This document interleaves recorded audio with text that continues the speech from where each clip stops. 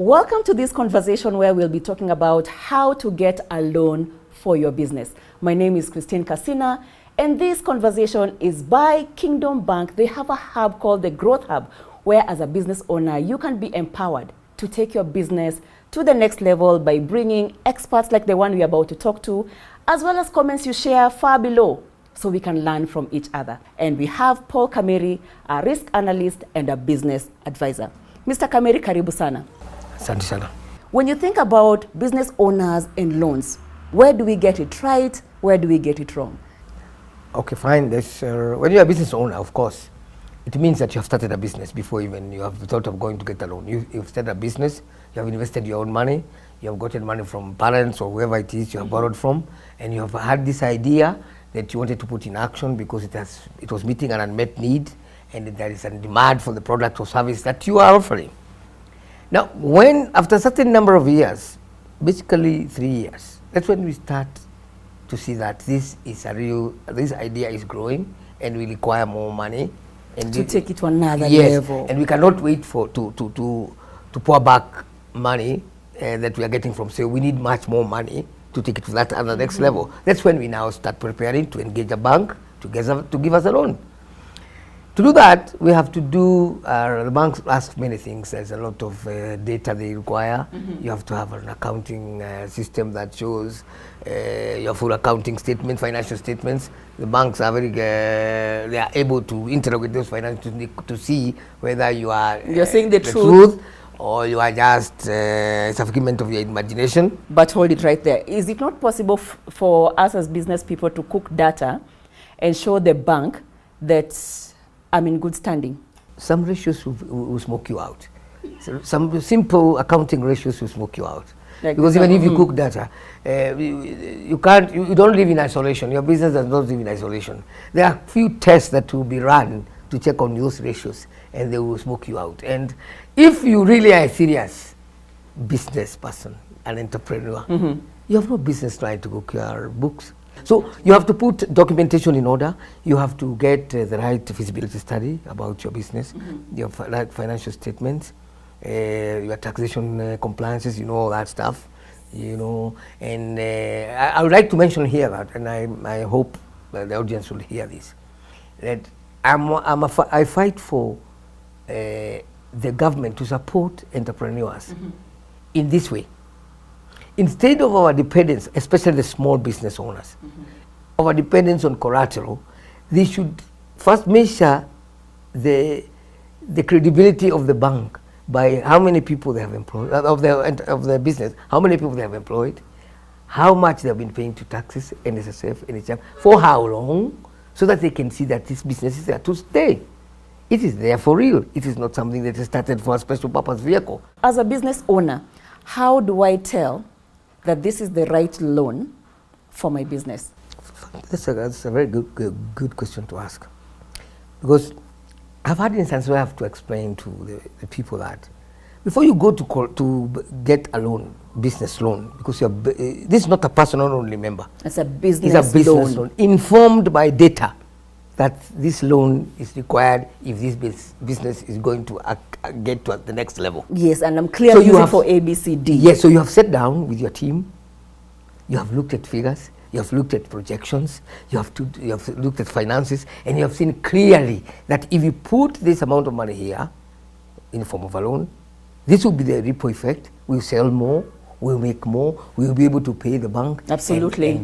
And make some money out of it. Absolutely. So that forms the basis. Before I've had to convince people that people don't just wake up and go to ask for loan in the banks. Have you ever seen context whereby business owners take more than they need, overborrow a loan, and what kind of repercussions have you seen in such instances? When you do that, the chickens will come home to roost.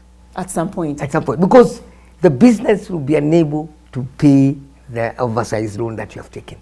Oversized loan, that's the way you put it. It will be bad, it will be unable, and then now you'll start to have what we call difficult conversations with your bankers. So what you are trying to tell our business owners is, if you need 500,000, take 500,000. Yes.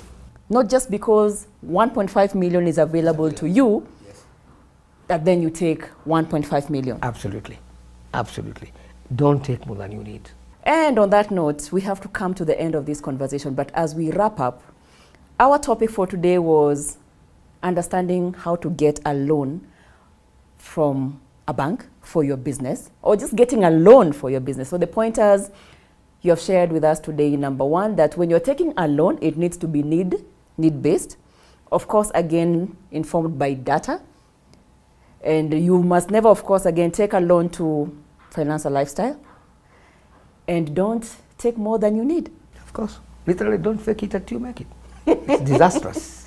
All right, as we wrap up this conversation, getting a loan for our businesses, what do we need to do? Point number one. Of course, we have to have invested in the business ourselves. It's a viable business. Yes, for a number of years, we have to have plowed back our profits back to the business to mean we are serious before we go for other people's money. We need also to show that we are invested in the business. Yeah, we believe in the venture. And I remember you mentioned possibly from year 3 is when you need to start thinking about taking a loan for your business. Loan, yes, because many startups, after the third year, maybe I've seen statistics say 70% of startups don't make up after third year. The third year. The third year, they don't make So the third year is when you really see that you are getting gaining traction in what you are doing. Right. And that's when you can go and confidently say that you need a loan. Then you have the financial statements. Number 2, get your financial statements in order. Because that is data in itself that the bank will rely upon to measure your credit worthiness and how much that depending on how much you ask and whether it can give you the full amount that you want. Absolutely. Number 3, it has got to be need-based. Need-based, not emotional. Not emotional, not fantasy, not wannabe, not fake it until you make it. Absolutely. Fantastic. And the last one, to mitigate the risk, grow the business beyond? Outlive you. The business should be able to outlive, because need will continue there. If you look at the biggest, for a parting shot, the biggest winners in business worldwide, they didn't start in thinking how much money they are going to make. They started on thinking about a need they are solving. So most of us, we need now to start thinking about our ideas vis-a-vis what they are going to solve. And on that note, I want to thank you for coming through for this conversation. We appreciate you for your expertise and your time. We have surely learned a lot from you. Thank you, and I'm grateful that to have me here, and I'm humbled. On that note, we come to the end of this conversation. We were talking about how to get loans for our businesses. I'm sure you've learned something. Let's have a conversation in the comment section. What has been your experience getting a loan for your business? Do you think banks are the best? Do you think SACCOs are the best? Let's see how we can empower each other. And from these conversations, you never know, Kingdom Bank can possibly bring us together so we can see how we can continue to learn from each other, bring experts from home like Mr. Kameri. We can continue to be better and take our businesses to the next level. Thank you so much for watching.